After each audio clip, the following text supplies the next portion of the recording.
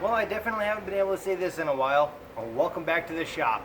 Of course, we're going to be working on the trailer again, and I am very optimistic. It's just about July, which means I haven't worked on the trailer in quite a long time, because this is the first time in 2022 that I'm actually being able to do anything with it. Now, that doesn't mean that I haven't been working on it, just I haven't physically been working on it. I have gotten some things figured out, and one of those things that I have gotten figured out is, unfortunately, all the wiring that I did in the last 3 videos has to come out. It's overkill.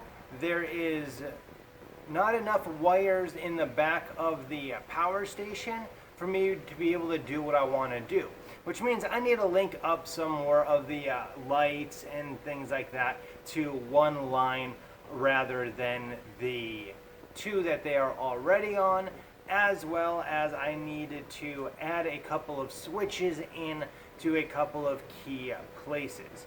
One of those places is in the little box in the front of the trailer, because I found out that the USB charging ports take up electricity even when they are not being used.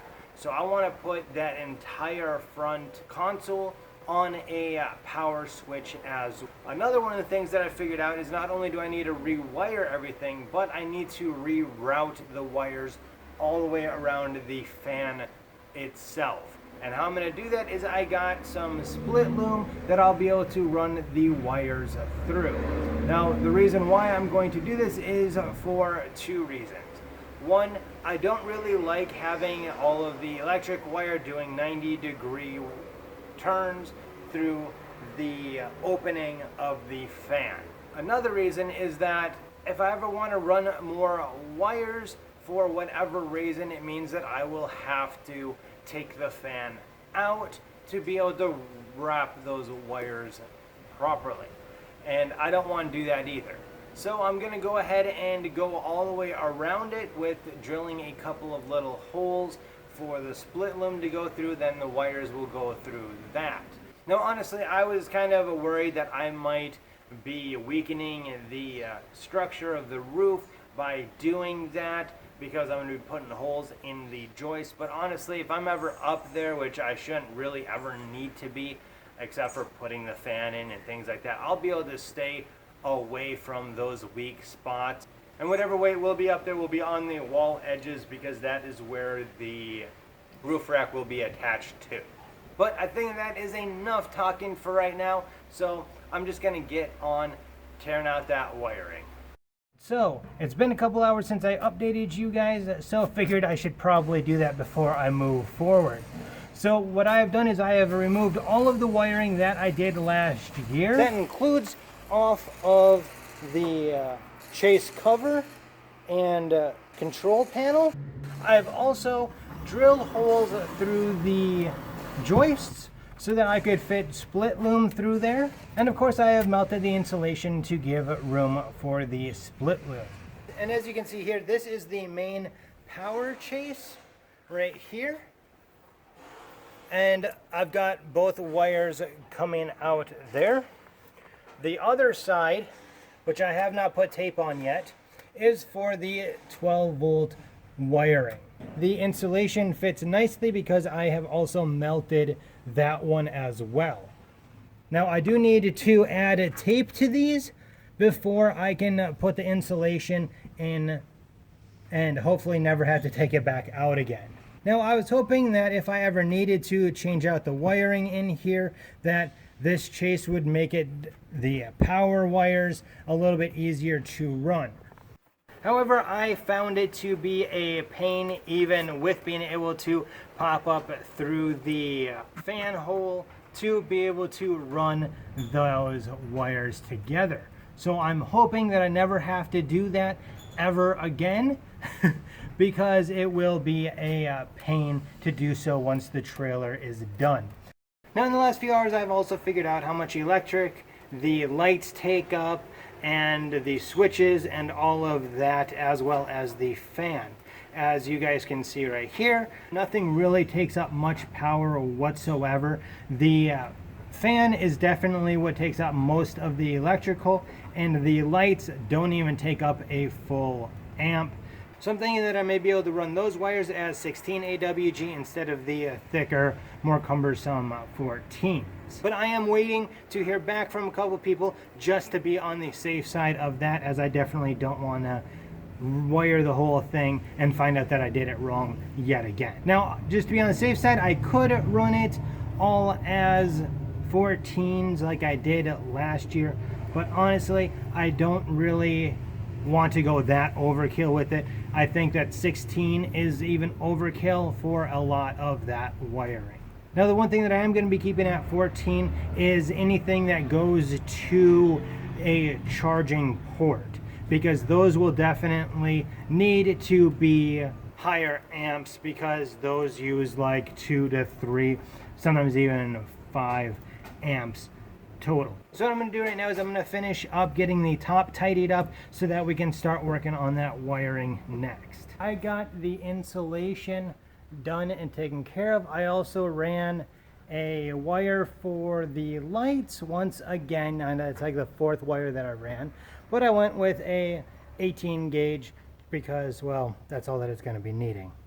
I also ran one wire for the electric power stuff that goes to the charging station. So as you can see, we've got that one right here that goes all the way to the back, and then we've got these two here for the lights. I also did a little bit of straightening up. It's not great, but at least I got some work room now.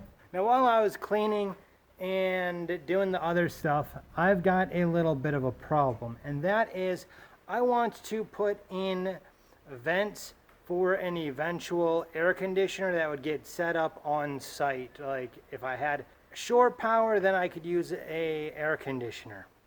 The problem is that this shelf here is a little bit too high, which means that this could really only go right there. However, there's a slight chance that we will end up hitting this bar right here. Here is the shelf. So it looks like it would barely not fit, just barely. What I'm thinking is that this would go about a foot this way, or I could put it up top here and have it coming in at an angle. The problem with that is that I need to have boards to screw the outside pieces to, which that is one of these. So this piece right here would be like here, right? And that would go through to the other side where this vent is. But as you can see, I've got a curve right here.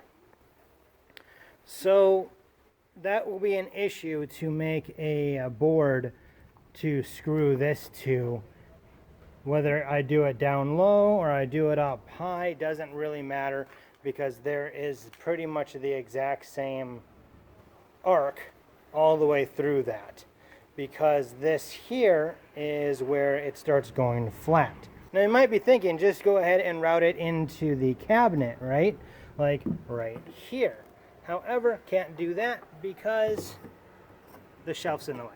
Now you might be saying, okay, so do it below it. Well, I can't, because I couldn't get the hoses to hook up to it because of the height of the battery box. I'm not real sure where to put these. Now there is a third option, and that is the side of the trailer. Like I could put it right about here, and then have the other one right beside it, or have the other one lower, or put the other one on the other side in about the same location. The problem is that, well, that just doesn't look very nice on the side of the camper. Plus, these are actually for sewage hookups. So, you know, having a sewage hookup come out the side of the trailer doesn't look very good. And yes, I know it doesn't look very good on the front either, but at least that's a little bit less noticeable and it shouldn't look as bad. So I got to think over that the next few days while I am doing the wiring. If you're enjoying this build, please make sure that you hit that subscribe button, hit that bell, leave me any questions or comments, even if it's calling me an idiot, down below in the comment section, because I really like hearing and knowing what your guys' thoughts are on this build so far. And of course, if you were thinking about building one of these for yourself or any kind of small camping trailer, or maybe you have one that needs to be fixed, make sure to follow the Facebook group that I have linked down in the video description. If you are looking for a book to buy to build one kind of like I am, this book right here is of course a good one, and it is linked down below as well. So I think that's going to be it for today, because I've got some thinking to do and still got to figure out about the size of the wiring throughout the trailer. So until next time, as always, you have a good one.